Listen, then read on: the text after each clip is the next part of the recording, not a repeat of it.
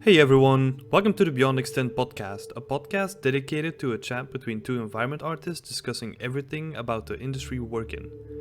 I'm Timothy, and I'm joined by William, who is a friend and fellow colleague of mine. This episode is all about our own experiences with internships, how we managed to find them, our first interviews, and how we changed once we got into the industry. We really enjoy talking about our own experiences, and I'm sure you can tell. So, with all that said, let's dive straight in.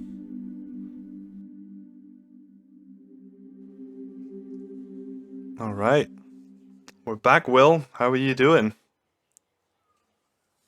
I'm doing pretty good. We have a long weekend again, but unfortunately it's the last one for the year, so Oh I man, mean, is it? also feeling a little bit sad. Yeah, I think this is like the last holiday until Christmas or something. Like it's something ridiculous. Until Christmas?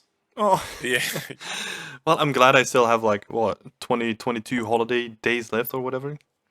Nice. Yeah, I still got a couple left as well. We were supposed to go to um what was it? We had like a couple of trips planned, but then they all got Mm-hmm. canceled.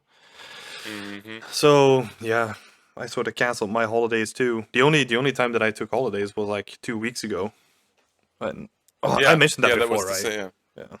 Yeah, I mean, we took the same week off, right? Oh That's what yeah. I was supposed to go to Spain, but yeah, Oh yeah, not that's right. happening. Not happening. Oh man, Well, yeah, that sucks. But that means that we're gonna get a ton of holiday at the end of the year. yeah, I'm probably thinking about like taking a really long one all the way at the end or something. Just to, yeah. I'm not sure how I'm gonna do it. Maybe I'll just take like a couple days here and there. yeah. Because I mean, if you're not gonna be able to take a trip anyway, then might as well, just have like a couple nice long weekends. Oh yeah, that's true. But I don't It know. all depends on like how well if we can fly and all that stuff again. Yeah. Because I haven't been keeping up at all with the news on that, so I have no idea. Um, yeah, me neither, man. I mean, I'm just wearing a mask and not meeting with a ton of people, so Yeah, that's it, I'm just right? doing. I'm doing my thing, but I'm not really looking out for anything new because I mean, if there's something important, I'll hear it. I think for game dev people, we've always been hermits and will continue to be hermits. Yeah, yeah, more or less, man. Not that much change in my life, to be honest. Like it's like you said, like oh, I have to wear a mask when we go to the shop now, and Yeah, we're a little bit more cautious when we go into the city, but that's it. yeah, It's so weird. true. All right, I And want I to. don't have to like Yeah, go ahead. take a train to work. I can just get Oh, out of my bed and sit down. oh, yeah. Well, that's a big difference.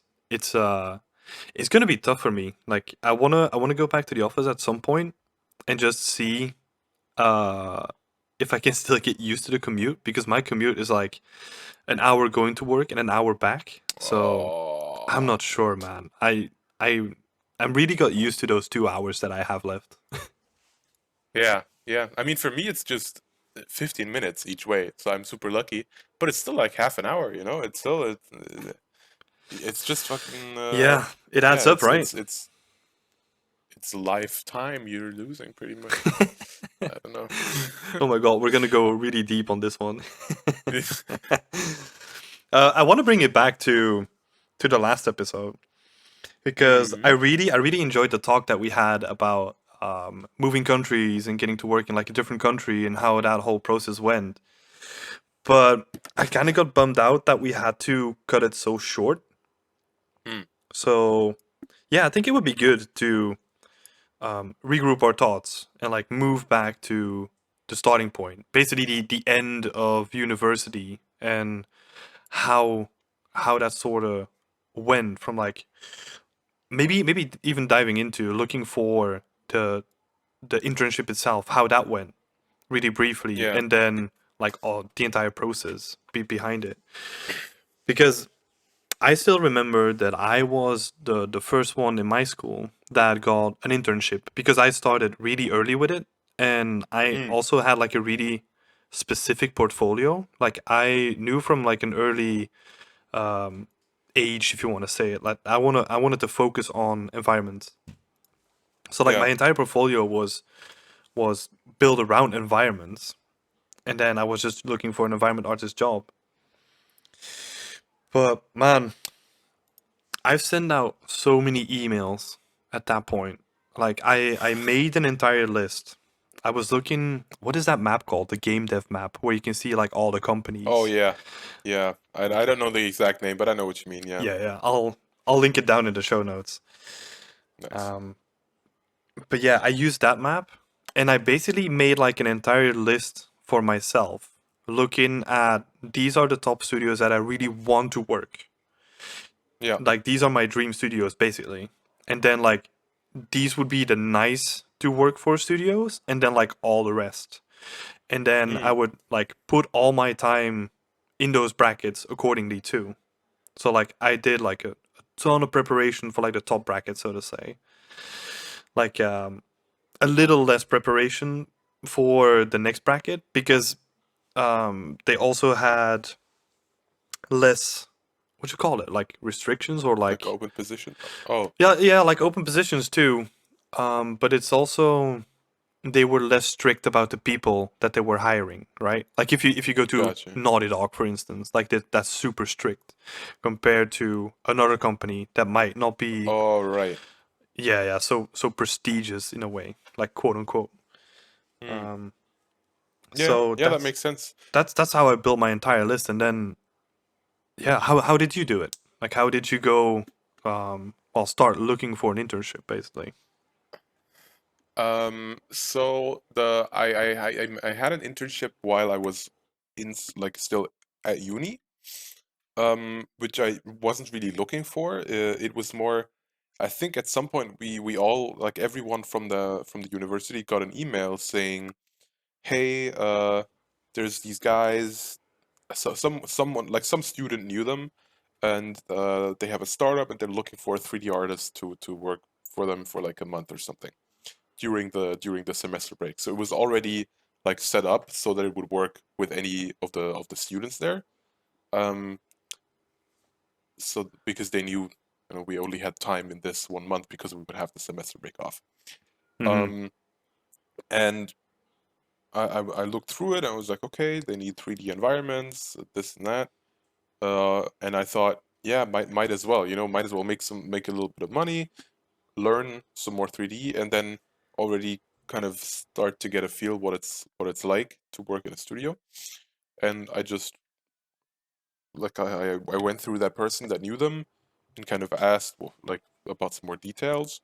And then there was a an interview set up, and it all worked out in the end. So Mm. Was this was that this was kind of a because yeah in Germany it's mandatory to do an internship, right? for the university. Mm-hmm. No, Oh, my okay. university didn't have that. My uni didn't have that. It was just like a summer job, let's say. You know, it was they needed someone to work for them, and they knew that they didn't need like an expert, so they could ask at the university, and they knew they only needed them for a short time, so they just asked for someone to work like in the semester break because we had 1 month off between semesters. Yeah, yeah. Oh, all right. So So it wasn't part of the curriculum from university. no. It was just Oh, somebody interesting. asking like at the uni, like, hey, do you have someone who can do that? And because I already had done some 3D stuff like on my own then, I felt comfortable in saying, yeah, let's try it out. Yeah. And it was actually really great because even the project, like even though the project that I worked on was not anything that I would say I'm proud of, it was like mobile game stuff, whatever. Mm-hmm. The artist that I worked with, because it was such a small team, we were only really two artists.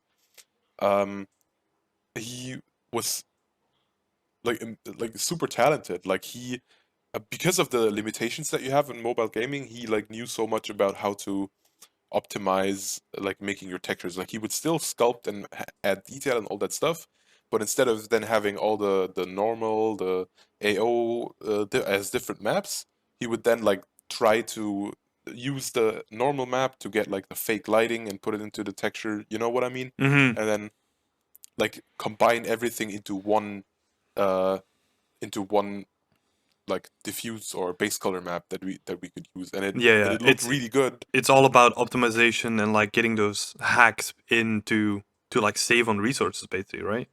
Yeah, and then it wasn't just that we were like using one texture only, like just base color. It was also that we just didn't have any textures, like texture space for the whole thing. I think we made an entire little Wild West town, and it had, I think, like one 2K texture.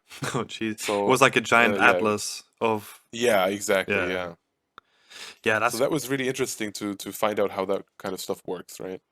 Yeah, because up until this point, um, you were probably doing like the high poly, low poly workflow if you done that stuff already at this point. Yeah, yeah, Yeah, so then they kind of take you out of this bubble, and I was like, totally, yeah. so now it's like, oh, you're used to spending like a 2K map on this prop, but now we're gonna make this entire level with a 2K map. Exactly. That was really interesting because before you kind of you yeah you just you look at a tutorial, let's say, right, and then they're just using a huge texture because that's what you use when you're in a tutorial, right? You want to show how to like make detailed perfect textures for this specific thing, Hmm. but sometimes that's not what you want to do. You want to make a couple of textures that work well like modularly, and you can just switch them out and then make a whole city with just like one 2K map. So it was that was interesting from a technical standpoint, but also, like I said, he was like he had pretty like really good sculpting skills and could show me stuff like that. Yeah. Were So you allowed to use normal maps? no, No normal maps. we took the normal map and like used like the selective color in Photoshop Mm, to get like the different channels, yeah. and then add them on top of the base color in as like dark and light information. Yeah. So we baked the normal map, but we didn't use it as a normal map, just as like like fake diffuse lighting on top. Yeah, you would just extract the information and just overlay it on top of the base color, basically. Yeah, exactly. Yeah, Yeah. man, that's so interesting. Yeah, I had the same kind of experience when I entered well, my first internship at Frontier. But Mm. before we dive into that, I wanna go back to like how you felt to put yourself out there for your first job. Were you feeling anxious about like approaching this guy and saying like, look, I want the job? Yeah, I mean it was definitely something new, I mean, um it was but I knew in deep down, right, that that's what I'm gonna have to do at some point. Mm-hmm. Because that's where I wanted to go. And I know I was really nervous when I came to the interview, but then especially because it was, I mean, that studio, it was like a little startup. They were all sitting at one round table. Oh God. Like it was like 10 guys sitting around one round table. Yeah, it was crazy.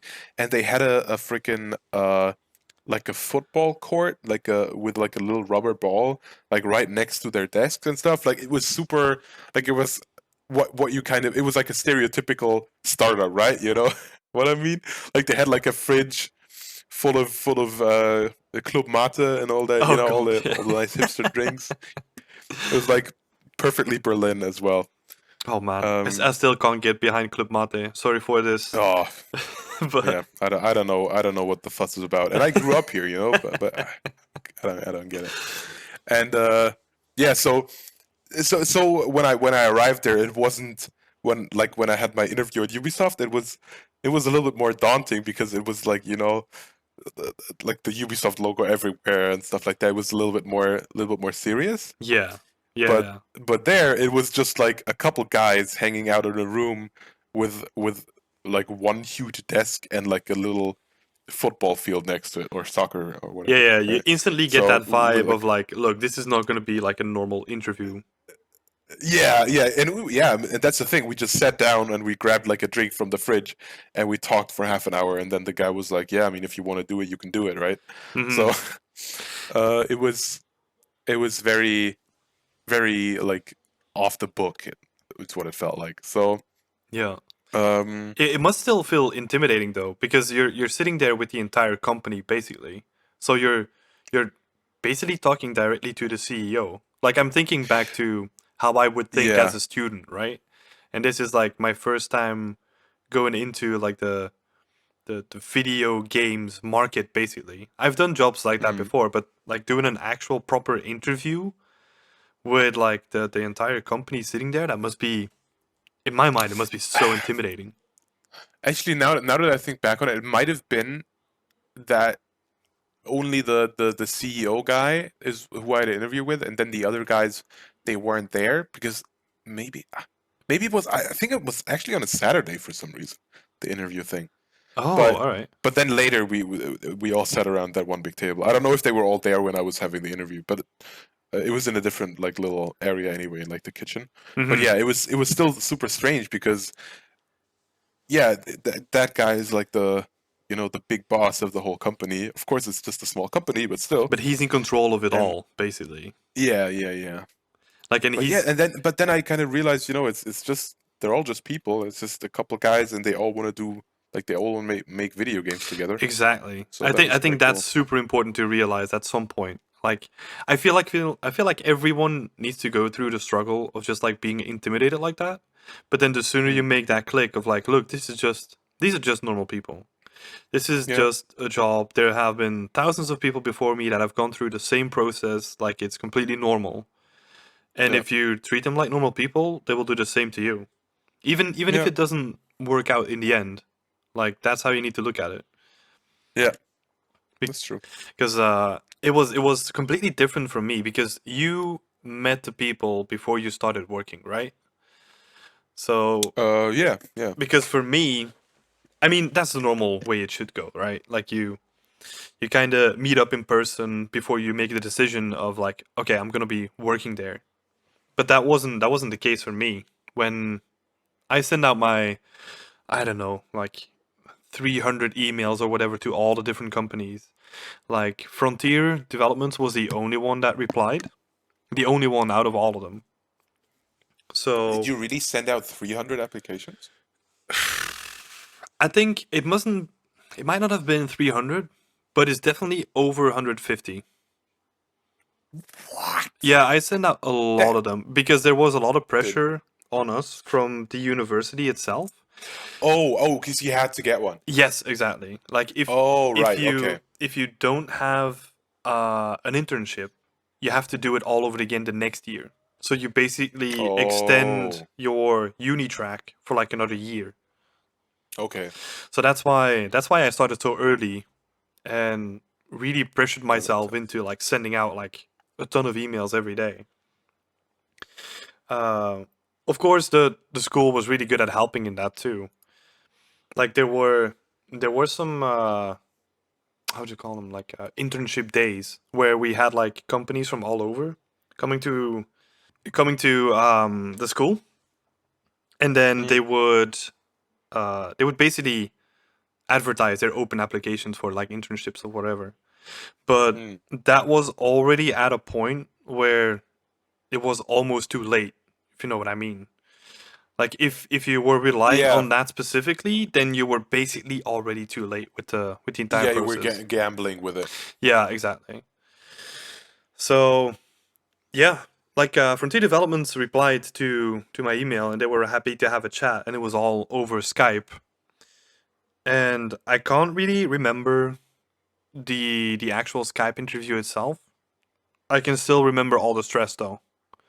Like just sitting there and being interviewed by a bigger company.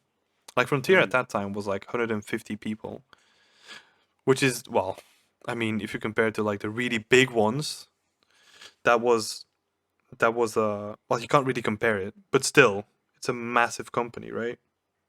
Yeah. And then I was talking to the art lead. I think two of the art leads because they had like separate projects, and man, it was so intimidating. Like I just didn't know what to expect.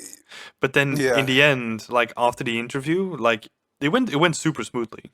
Like I was just really honest about what I wanted to do, like how I approached my Hmm. stuff. And they had some questions that I think I couldn't answer because I just didn't know. I didn't have that knowledge. And I just was really open about that I didn't know, but I wanted to learn. Yeah. I think that was a big thing for me as well. I always, in all of my interviews, I was always like straightforward about how I'm, yeah, I don't know everything, of course, Mm-hmm. and I want to learn as much as possible. So that's the thing, right? That if you show people that you're open to learning, then that's a great that's like a great first step. Mm-hmm. Yeah, and then I went through one or two of those rounds, if I can remember correctly. It's been a while now. And then after that, they invited me. Well, they basically we had a contract for the internship, and it was already signed before I moved over there. So like everything was already in order, and then I just started my first day basically. Hmm. But man, that first day was a lot of sweat. That's what I can remember. Because it's the first time seeing the building. It's the first time coming in, and there's like a ton of stuff going through your mind. Like, what am I gonna say? Like, is it gonna be like a reception area? Like, what do I do? Like, and I was way too early, so no one was waiting for me yet.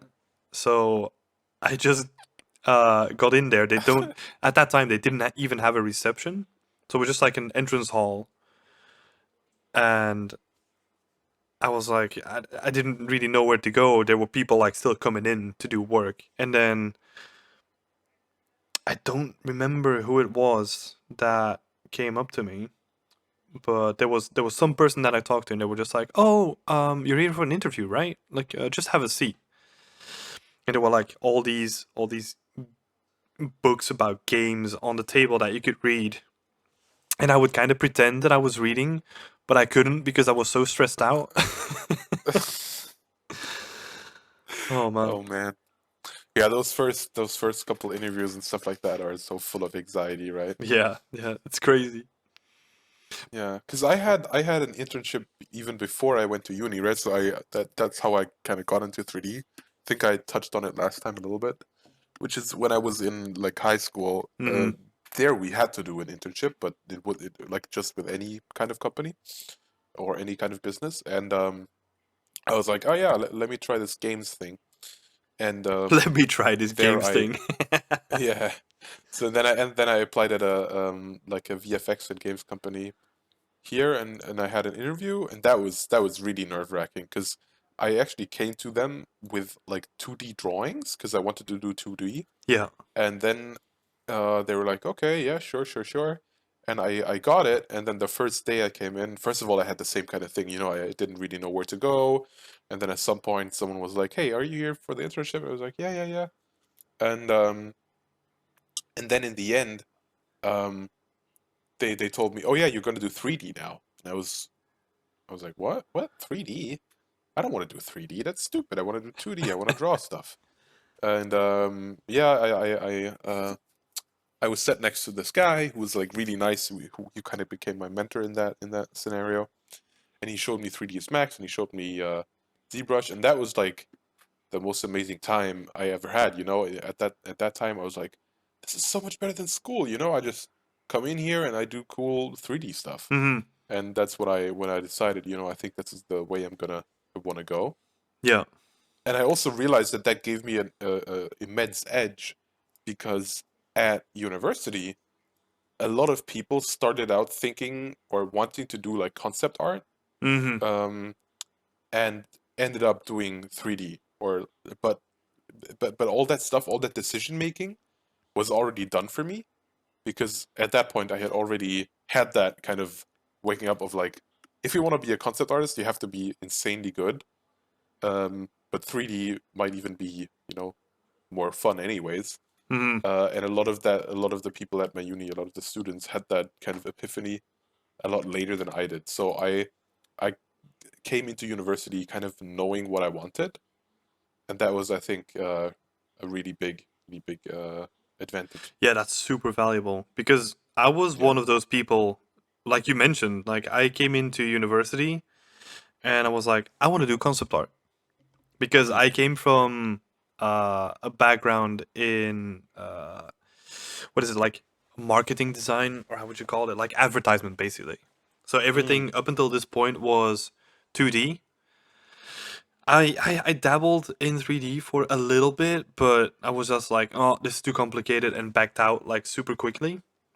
Mm. And it's really interesting that you basically talk about this uh, little coincidence that happened, right? Like Yeah, you were set out to do like 2D, but then you got kind of forced into 3D. yeah, And and it it's worked out pretty great. yeah, it's interesting to reflect this back on when I was thinking about going to university, because up until this point I wasn't really a serious student. Like I was drinking most of my time, like from like 16. Like I just started drinking during like lunch and whatever. We just went out, had lots of fun. Went to Okay. metal bars and got a little bit rowdy. Oh, But then uh, yeah, there was this one moment where a friend of mine was like, "Hey, it's getting close to like the end of high school, basically. Why don't we go and have a look at like the open days for all the universities?" And yeah. there was one of them that stood out. He wanted to go into like web design. That was his thinking, and I wanted to go into like concept art. And we kind of Mm. found like this school that did both. So we were like, "Oh, let's go and have a look." And we were both so overwhelmed by by enthusiasm. Like I expected nothing from that day, absolutely nothing. But then, Mm. like at the end of the day, I was just like, "Fuck, I really want to do this." Yeah. And then, yeah, just going back to my parents and being like, "Yeah, I'm pretty sure that I want to do university," and just like diving straight into it. And they had like they still do them now, like DIA, the school that I went to, Digital Arts and Entertainment. They they do these summer courses where it's like they're free to do, but you can kind of get a taste of what it is to work on 3D. I I did the same thing, man. I had Mm. the exact same thing, like a week of like a Schnupperkurs is what it is in German. It's like you can kind of smell your way around. Yeah, yeah. That's kind of the translation. So It's it's super yeah, it's like valuable a though. tryout. Yeah, yeah, totally. Yeah, because I remember sitting there and just having fun with 3ds Max. Like Mm, it was super fun. Like the first thing we do um that we did there was just like making something. It could be anything out of pure yeah, primitives. And I remember just having so much fun doing it. same. Yeah, and it blew my mind. Like, this is how you do games. This is how you make them. This is so cool. Yeah, yeah. It's not just playing games. No, But it sounds like you had a really good mentor. That's something that I wanted to touch on too. We yeah. kind of did it in the last episode a little bit. Like I know that I mentioned, or it might be like an earlier episode where we kind of briefly hint about like who your first mentor was from a Mm. Patreon question actually. But yeah, so you had your first mentor. Do you still remember the first interactions with them? Like, was it like super intimidating to talk to them, or were you like held back when asking questions or something like that? So, mm, so that was 2013. So I don't remember perfectly, but I just remember some things, Mm-hmm. which like one of the things was that he when he first showed me 3D, I think he showed me like 3ds Max, and he told me to just like watch this tutorial, and then whenever I had questions, I could ask him about some stuff. And then he introduced me to ZBrush, and he started out by just like grabbing a sphere and then starting to sculpt a face on it. Yeah, yeah, And when I saw that, I was just so impressed because he was so quick at doing it, yeah. and I was just like blown away by that. What? Wait, what? This is amazing. This is crazy, and so it was hugely impressive what he could do, but because he was such a nice guy and so laid back, he wasn't like intimidating. Yeah, yeah, yeah. But There was yeah, no ego involved, or like you said, like if that guy is really open about sharing, like it just opens you up to ask questions and all that stuff. yeah, yeah. Yeah, that's super But important, man. that also brings me to another thing that I just want to say, because sometimes, when I was at university, that there would be some people that said, "Oh yeah, I don't want to work in a mobile games company. I want to work in a AAA company." Mm, And I understand that I kind of feel the same way, but just by having like this 1 month internship in my summer break, I saw that I mean it doesn't really apply, at least in the beginning, because of course you want to work on something that you can be really proud of, that you would want to play and stuff like that. Mm-hmm. But the people that work there, they know a lot, you know? They know so much, like not even just about mobile games, but about games in general. So and just art, like art, like 3D art. Mm-hmm. So in that time, it was like that time was so valuable, even though it was just for mobile games. Um, because these people, they have like a really advanced understanding, right? Because they have to know, how can I make something look good, but also how can I then break it down to something that will work in a mobile game. Mm-hmm. So for people that are like that, maybe have that attitude, all I can say is just try to get in any kind of studio first, Yeah. and then you can develop into being ready for like a AAA job. But just, if there's any kind of opportunity for you to work in any kind of studio, take it, because you're gonna learn so much. Mm-hmm. Yeah, man, I fully agree. Like I went to Frontier Developments thinking that I would work on Elite Dangerous, Mm, and I was working on Planet Coaster, and the restrictions in that game were intense too, because we had so many things drawn on the screen at any time that we had to be as low poly as possible, while mm, still for some prompts doing like full high poly to low poly, like the standard thing. mm, It was crazy. Like the insight, like exactly like you said, like the insight that that gave me in how how to s- how to still have all this detail, but on a lower poly prop than you would normally expect, when you can't have the yeah, budget for like smooth edges from close up. Like we didn't have that budget. Like it was impossible. of course, yeah, So it really opened my eyes to how uh, how much you need to reuse, how much modularity you need to build into the stuff that you're building.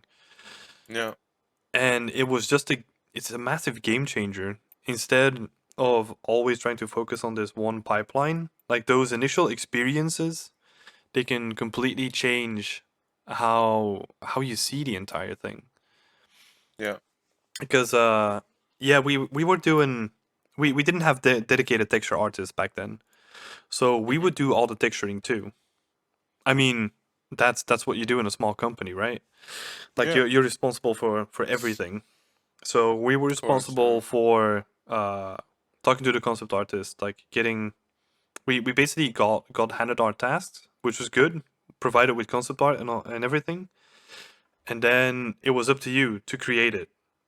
And Mm, I still remember this being really intimidating for me because we got like a really good concept art, but it was a concept art seen from one side. mm, So it's like, okay, I need to model this. I know what this side looks like, but I need to kind of interpret how the other side looks like. And that's where my creativity came back in.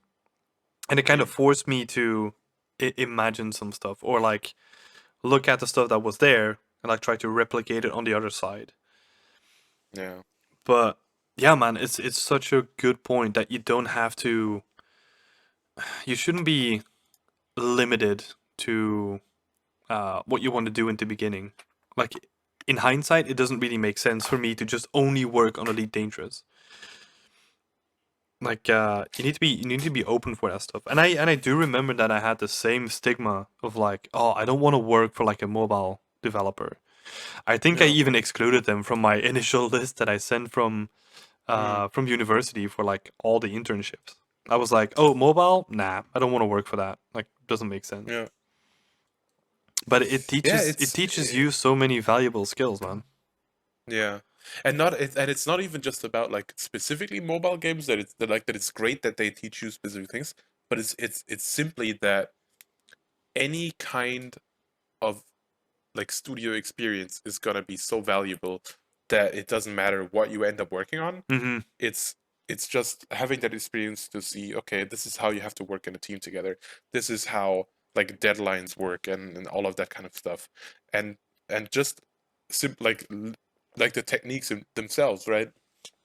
Those people, they have more experience than you. That's just how it works, right? They have a job, they know more usually, so they can teach you stuff. And if you work with someone who's like a good teacher or just willing to share, then you're gonna, let's just say, like you're gonna learn a lot more than you would at university, and you're getting paid for it at the same time. So Mm-hmm. that's kind of my point. It's just it's Yeah, it's the best way to learn, I would say, is to work. yeah, for sure. The difference between university and work is so gigantic that Yeah. it's hard to even quantify it. And it's because the industry is constantly moving, right? So Mm, uh, our university was like constantly adapting the workflow. So even the teachers were like trying to catch up with like the latest stuff that was happening and then mm, trying to teach it back to us. Because this was a time when PBR was coming along. mm, Like I was in university in the second year when PBR came along. Like imagine this. Like I was doing all my textures in Photoshop. Then mm-hmm. PBR came along Oh and man. we had to switch from Photoshop texturing to Quixel or Substance at the end. Substance. Yeah. Like it's such a massive shift, and you're doing it through university when you're already learning all the skills that you need to do, and then Yeah. going through like a massive program switch. It's ridiculous. Like it's crazy. But yeah. Also, once you get into your job, uh, what was I gonna say here? Like yeah, it's really good to be really open about your stuff. Like if you have questions, just ask them. Like Oh yeah. there's no shame in it. Like there's absolutely no shame in it. Like you said, like you're gonna be surrounded by people that are way smarter than you. They have a lot more experience than you. Hopefully, hopefully, Yeah, right? yeah. That one. I don't know about the smarter part, but yeah, they definitely have more Oh, you're gonna experience than get you. cocky now. Okay. No, it's just I love the way you said that. It sounded interesting. Okay, let's keep it No, to but yes, more experienced. yeah. They're smarter about 3D, Yo. let's say. Oh. Um, Okay. I feel like you got some okay. interesting stories there. No.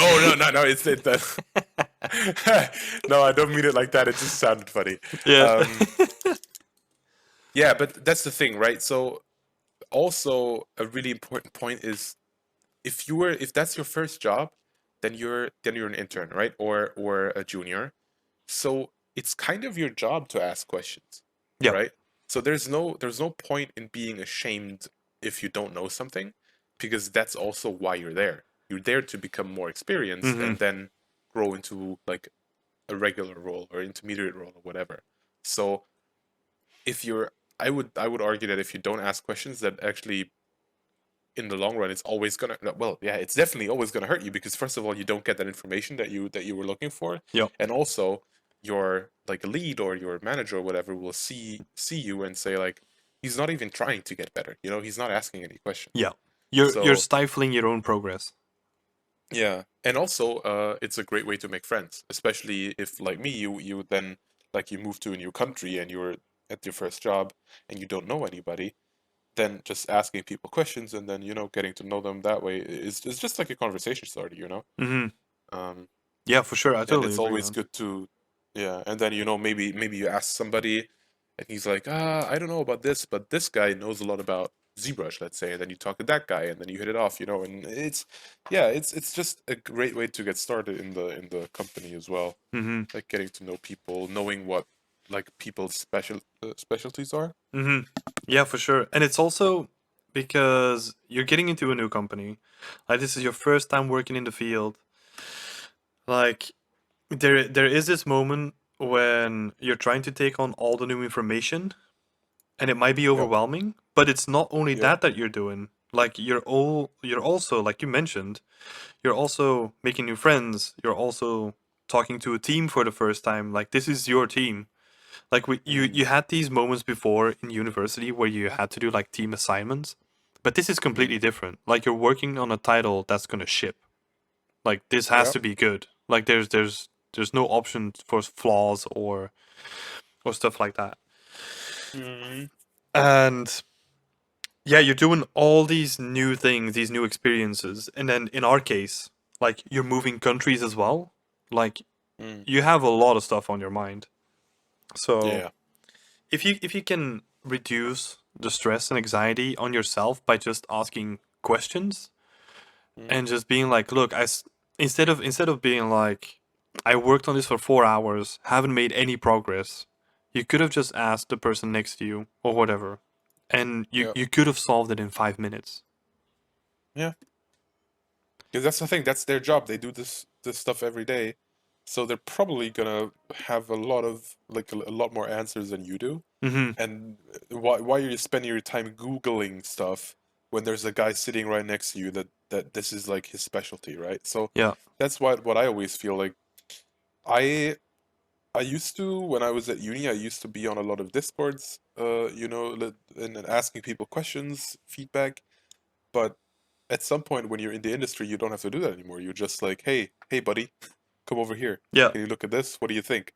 And I mean, of course, you also can't post the stuff you do at work on the Discord, but it goes the same way for personal work as well. So it's just yeah, find the people at work that find out what everyone's little thing is that they know most about, Mm-hmm. and just ask. Yeah, They're it's like I said, they're not gonna get angry if you ask. They're probably gonna like it. mm-hmm. Yeah, exactly. Because from my experiences, like a lot of people that I ask, they want to help. Like they're looking Mm, forward to where they can help you. Like of and I course. think being in this position um now where we have some experience ourselves, I find it really fun to help new people. Like Dude, if they ask it's the stuff, like best. it's so nice. When I was at Elite 3D, there was this new German guy that arrived, and he was assigned to my project, and it was kind of my responsibility to like show him the workflow for the project and just kind of get him started, like help him get introduced to the whole project. Hmm. And I did that, and it was really fun. It helped him quite a bit, all of that stuff. And now he's like one of my best friends. It's just it's yeah, like you said, it's super fun. I mean, yeah, it's rewarding as well if you're the one answering the questions. At least for me, it is. Hmm. And as long as you're not like in the flow working on something, then somebody taps you on the shoulder and is like, "Hey, how do I reset X form?" Then you're not gonna get angry about somebody asking you a question. Yeah, exactly. There's a It's balance to things, right? Like you can't yeah, just ask a question like every 5 minutes. Like you have to do of some course. research yourself too. But I mean, Yeah, but don't spend like half a day on something and then yeah, yeah, yeah, it's more like just try to fix it, try to find it out first, and then yeah, if you yeah. really can't do it on your own, then ask someone. What I did in It's the that easy. beginning was picking a cutoff time. So I would spend time looking for the answer for like half an hour Hmm. or an hour or something like that. And Hmm. then if I didn't find it in that amount of time, like obviously depending on what I was looking for, but if Yeah. I couldn't find it in like half an hour, I would just ask. Just be like, "Look, Interesting. I'm not sure. Like this is something stupid. Like can you just help me with this?" And then it was Yeah. mostly something stupid. Yeah. And then it's just like, "Oh yeah, it's this button." And it's like, "Okay, yeah, I saved myself like half an hour, right?" Yeah. Yeah. I don't know if I ever had like a set time in my mind where I would ask, but I guess it's like like a timer in your brain that goes down Yeah, yeah. like It's even like a without thinking about frustration it. timer. Exactly. Yeah.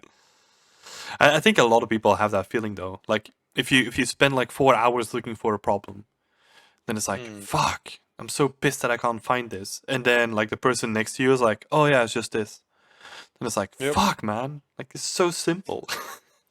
That's also so annoying if you're working on a project, right? If you work on something that's using some kind of tool that's not like readily available to the public, Oh, yeah. then Yeah. and you can't just Google it, but then you have to look through the specific documentation, and sometimes it's not that well maintained, and that can be really really annoying as well, right? And then but the people that work with it every day, of course, they know.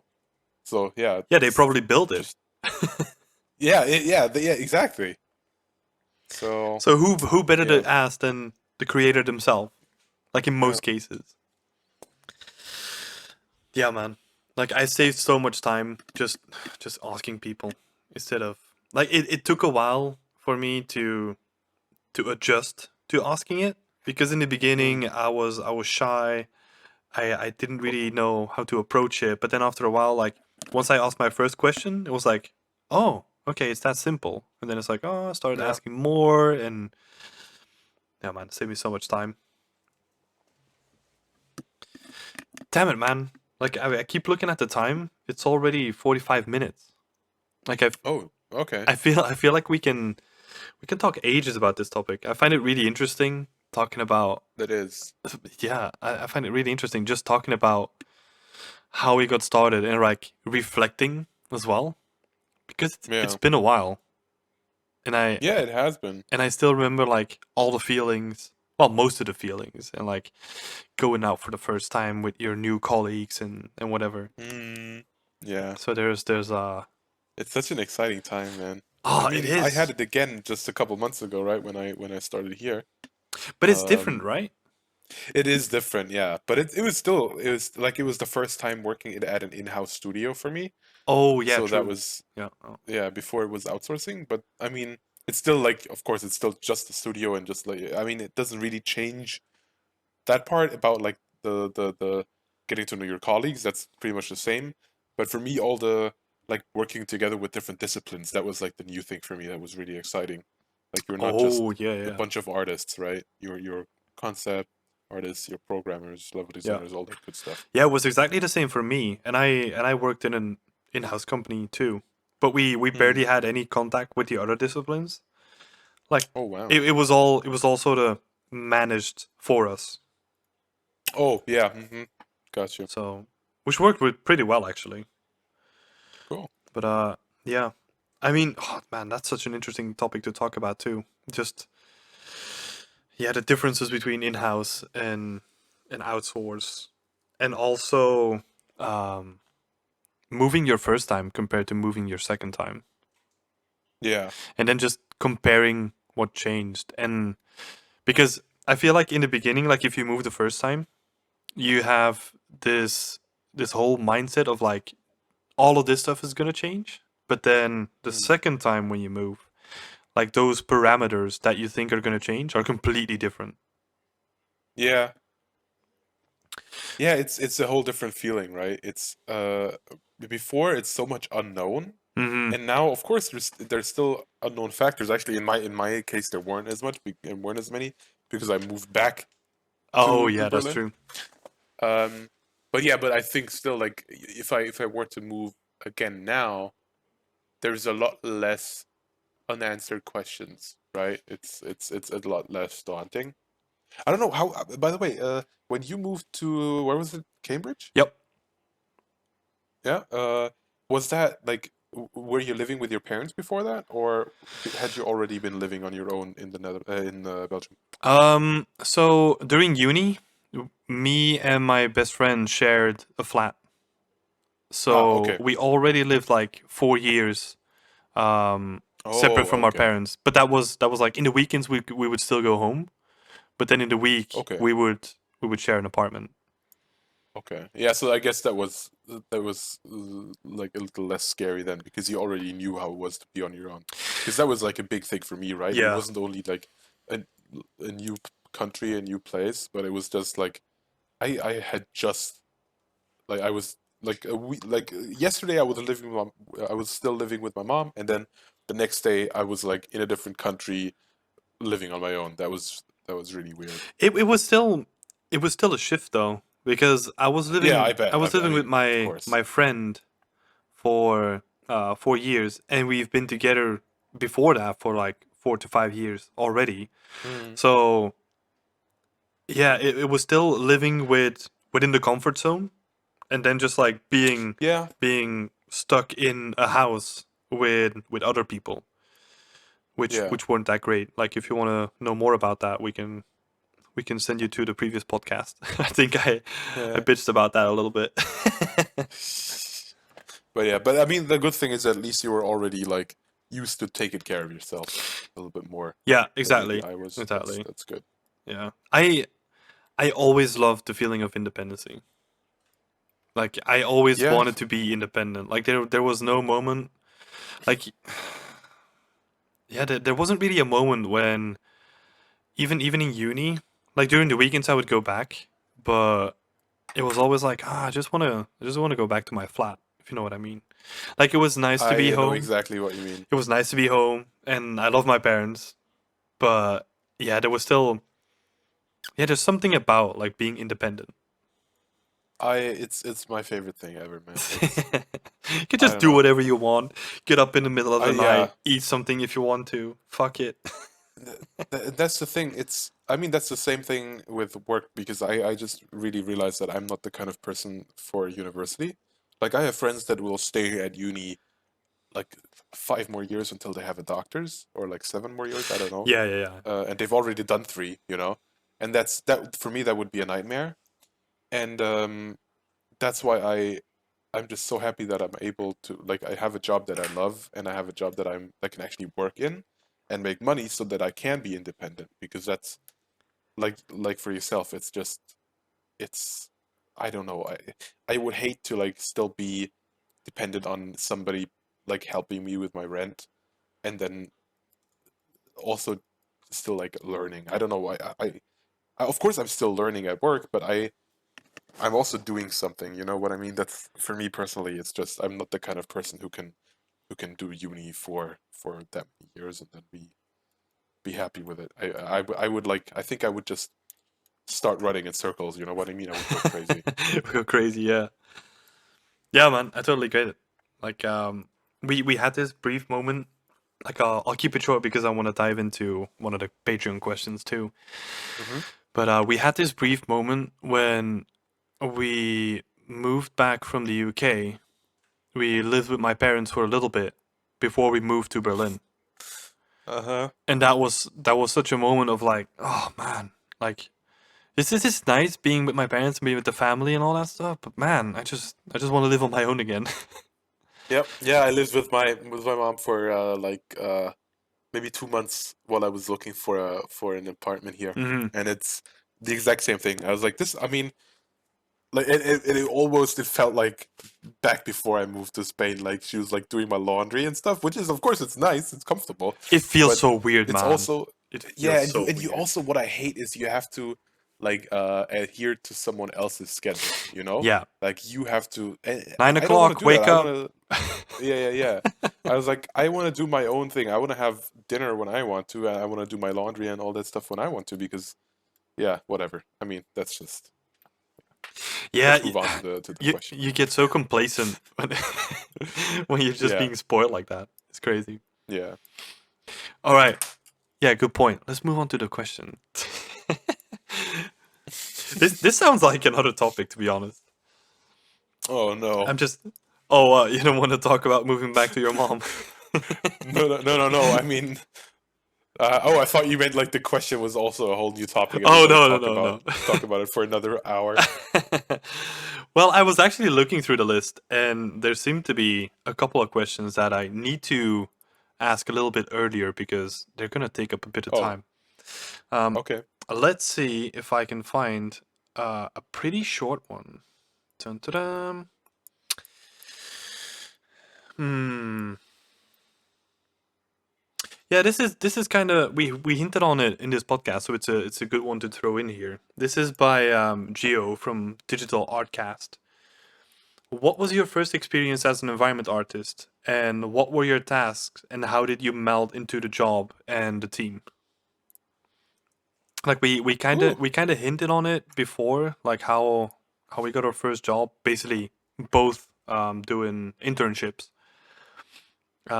So I'll just dive into it. So, what were your first tasks? My first tasks, they were super simple props actually, because I was still getting used to first 3ds Max because I was a Maya user. Oh no, I came from 3ds Max and they use Maya. So I learned Maya in like 2 months before the internship, just trying to get myself up to date with Maya. And it was, how would you call them, like iron scaffolding pieces. Like they were Mm. like super simple props. Like I had to use tilables for them, I think. And it was just something to get familiar with first the 3D software and then how to get these things into the game because we didn't have um, a dedicated importer and exporter for that game engine. So we had to go into the database manually and type in all the values and connections before we could see it into the game. So that was like a really specific setup that we had to go through. Um, and how did you melt into the job and the network? So it was actually pretty good. Like once I got over the hurdle of being more open and being more forthright with the other people in the team, and like sort of settling in, right? Like you're doing all these things at the same time, like moving, like getting to know new people, getting your first job. Like it can be overwhelming, like we mentioned before. But actually, once I got sort of settled in, like the team was super friendly. We went out each Friday to get some beers at the local pub that we went to, and yeah, it was just super fun. Like it was intimidating for sure in the beginning, but it came out all right. So, what about you, man? What were your first tasks? Um, so I don't know. Should I talk about what my first tasks were at the internships or at my like real job? I would say And then the you, real job, right? Maybe that makes more yeah. sense. So I started out, of course, like the first couple of days was just reading documentation, right? Mm-hmm. So the first project that I was assigned to was Overkill's The Walking Dead. Amazing game, of course. Everyone who followed that knows what a train wreck that was, Oh yeah, that might be unfortunately. good. Like the first thing that I worked on was Planet Coaster. Sorry to just Yeah, interrupt there. it's fine. But yeah, but Overkill's The Walking Dead actually a pretty good looking game. Mm-hmm. Just unfortunately not, yeah, I don't know, not that great in other departments, I guess. It was actually taken off of Steam at some point, which is Oh interesting. I really? didn't even know that that was, yeah, I didn't even know that was a thing that could happen, but I guess it did. Oh, Um, because they but had yeah, like the whole Starbreeze debacle, right? yeah, Yeah. yeah, yeah, yeah, yeah. I We don't don't know. have to dive into that. Yeah, we don't. But yeah, so the first task that I there was just reading documentation, and then I um I started out doing some reference sheets for props. You know, just like gathering the reference and sending them to other people. Oh, all right. Then I moved on to the really fun task of checking other people's blockout files. So they would make a blockout, and I would check the file like pretty much like a QA guy, Yeah, right? yeah, I would check like is the collision correct? Is this correct? But I only did it for like a week, yeah. and because they knew that I was able to like do real 3D stuff, and then I actually moved on to something pretty big. Like I think my first task was was that that generator, that turbine generator. That's like, you know, the red and green one that I have on my portfolio. Oh, okay. We should uh Uh, we should link that actually. yeah, I can just so you know what I'm talking about right now. This is the link. Mm-hmm. So this guy, that was like I think the first prop that I worked on. It might have been some. It might have been like a little light for the railway gate. But yeah, it was like one of the pretty big props that I started on. Um, and it was. I mean, I already knew beforehand that I wanted to focus on props. Um, but then like seeing all the different workflows that could be used like together, that was really interesting to me because it wasn't just, you know, you like before I thought, you make a high poly, then you make a low poly, then you bake it, and that's how it works. Oh yeah, But then I yeah. realized that, okay, you can use like face-weighted normals together with baked details, or you can use a trim sheet and then decals and all that stuff. Like it's not just one thing at a time. You can Mm-hmm. use different techniques together with one another. That really formed me, and that really, I think, opened up a lot of like a world of thinking for me that was really interesting because I hadn't realized that before, I guess. Yeah, yeah. This is a pretty Um, cool prop, man. I like it. Thanks. Yeah, dude. It was mind blowing to work on this at the start. It was huge. It was like in the center of one of the levels. It was really interesting. Oh And I dang. remember when that's also a thing for people that start out. At some point, you're gonna fuck up, and you're gonna feel horrible about it, Yep. but it's gonna be okay. You will Because what try I to do did, your best and yeah, avoid it, but it's not gonna work out every yeah, time. yeah, it's not gonna work. I actually haven't had like a big fuck up since I'm at Ubisoft, so I'm happy about that. But it's coming. I know Oh it's yeah, coming at yeah, some point. yeah. But what happened with this one was we were using Maya, and it's kind of same like you. I had to like kind of get used to Maya, but we didn't need to fully work in Maya. We just had to export it in there, right? So I modeled it in Max, and then I put it in Maya, and then I really like the feature that you can hide stuff in the Maya viewport, in the UV viewport, right? You can hide stuff Mm-hmm. in there, which you can't really do in Max. Instead, like you have to select the stuff and then go to UVs and then whatever. But you can actually hide stuff in the little UV window, and that's what I did. And then I started relaxing some parts, like separating some stuff, working on that, Yo. moving on to the next one, and like a day later, someone else who had to, I don't know what he had to do. He was looking at my file, and he saw that all of the UVs were like curled up and weird. Oh And fuck. what had happened is that I had hidden all of the UVs except for one, and I wanted to relax that one. Yeah, but it But relaxed for some everything. reason, it also relaxed all the hidden stuff because Oh. I think because in Maya you can select by like polys and also by UVs, Mm-hmm. like right. And I think only if you select by UVs, it's only gonna relax that part. And I didn't know that because it was like the first time I had used Maya, Yeah, right? yeah. So it was so horrible because then the guy had to spend like a full day of fixing all my UVs in Oh Maya. fuck. Oh, That's dude, so I felt painful. so bad. I felt so bad for him. And you know And what's of course bad I was about that embarrassed.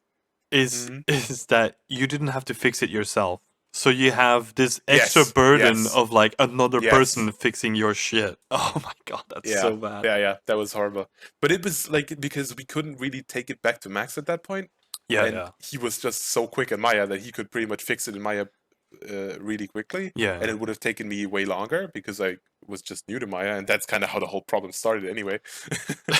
So, yeah, but after that was a lesson I learned pretty quickly that for some reason, I mean, I still don't understand why, but I guess if you like stuff also applies to hidden parts in Maya, so Yeah, I think you have to pin the UVs or something, but yeah, like I said, I think if you select it with the UV thing itself and not with the face oh yeah, yeah. selection, then it It's works. right. But yeah, yeah, All right, whatever. man. And But yeah, that was, man, I felt horrible. yeah, fuck man. Yeah, that's so bad. But you go through these experiences like it's Yeah, everyone went through those experiences. Like even your totally. mentor, like everyone in the job. Yeah. But it's well, it doesn't make it less painful.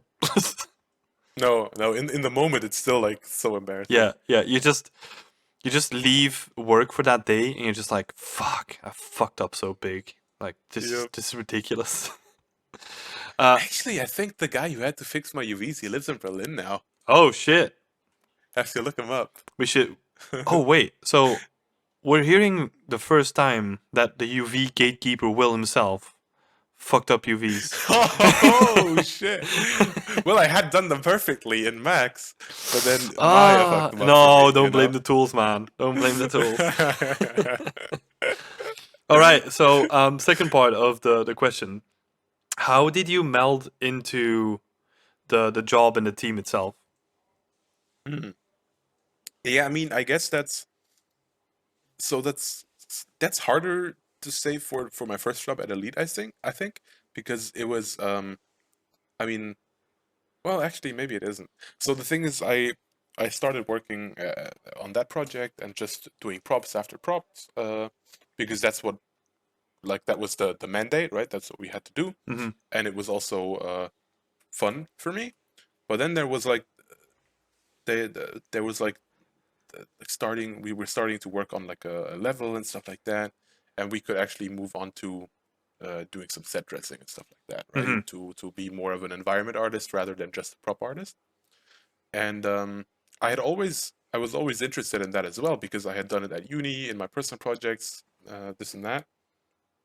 And that's when I kind of realized that I don't want to be either one of those things really. Like I want to be both, which is what I am now, and I actually was that uh, at Elite. Like that's what I was hired for in the beginning, anyways, which is an environment and props artist. Mm-hmm. So that's what I kind of realized. Yeah, I don't want to just be doing props all day, and I also don't want to just work in the level all day. I want to have a good balance of both, Yeah, yeah. and You need that yeah, variation. and yeah, exactly. Yeah, because I would say if I had to decide, I would probably rather do props, Mm-hmm. but also, yeah, I don't want to do that all the time, probably. I'd rather sometimes do something cool with like set dressing and stuff. Yeah, yeah. Okay, cool. And what about the team itself? How was the transition for like Elite 3D? Mm. I mean, like I said at the start, I was really like I didn't know that many people, but the interesting thing was that I lived together with four guys actually, in like because they gave us an apartment to live in for a month, I think, Hmm. while we were Oh yeah, you finding a new mentioned apartment. this in the last episode, right? Yeah. Yeah. So the cool thing was that kind of when I found new people, that then sometimes I would introduce them to the other new guys and the other way around. So it was like we were like one person, finding like the amount of new people that four people would, like because we introduced them to each other, so it was like a little network, if you know what I mean. Yeah, yeah. It's like an Um, exponential growth yeah, yeah, friend zone and for then them. later when I yeah, and then later when I moved into my shared apartment with actually three guys that were already working at Elite 3D, two guys and one other guy.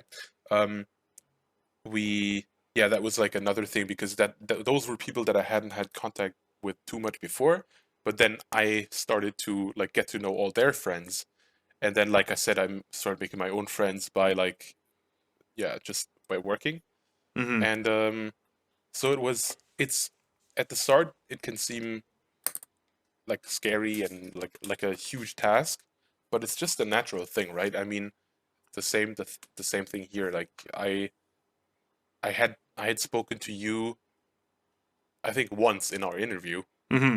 like 8 months ago, and now we're doing a podcast together, and like it's just a natural thing, right? If you're not the kind of guy who like is super in the background and doesn't talk to anyone, then you're probably gonna find somebody sooner or later. Yeah, you're gonna be fine. And Yeah, even if you are a guy or girl in the background just doing their work, like people are still gonna come up to you and talk.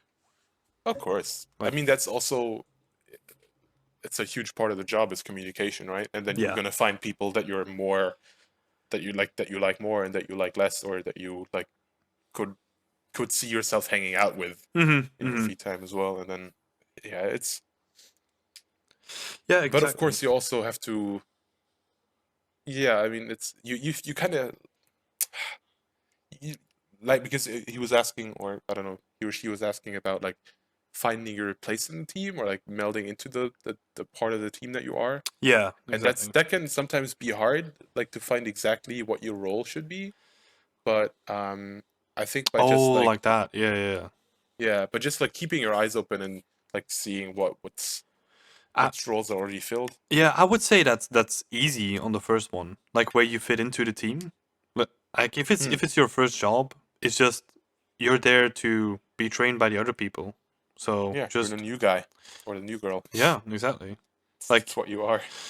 you just have to be open and well, be as open as possible and just accept all the feedback and try to get as much input from other people as possible. Yeah. All right, that was a good one. All right. Thanks for the answer, man. That was nice. I feel like it's one of those things like we could dive deep into any of these Yeah, topics, right? I already started rambling again. No, I it's hope all it was it's still all good. comprehensible. We both do this, and that's also what makes this podcast fun. Because we Yeah. don't just strictly stick to the questions. Like we start with one topic and then just goes into the next thing. We hope you enjoyed this episode of the podcast. If you did, then you can check out the playlist on the right for more episodes, and don't forget to like, subscribe, or share it with friends. If you're an environment artist trying to break into the industry, or just looking to grow your skills, you can find a ton more resources like weekly tips, blog posts, and more on beyondextend.com. But that's going to do it from our side. Thanks so much for joining us, and a shout out to all of our Patreon supporters who made this possible.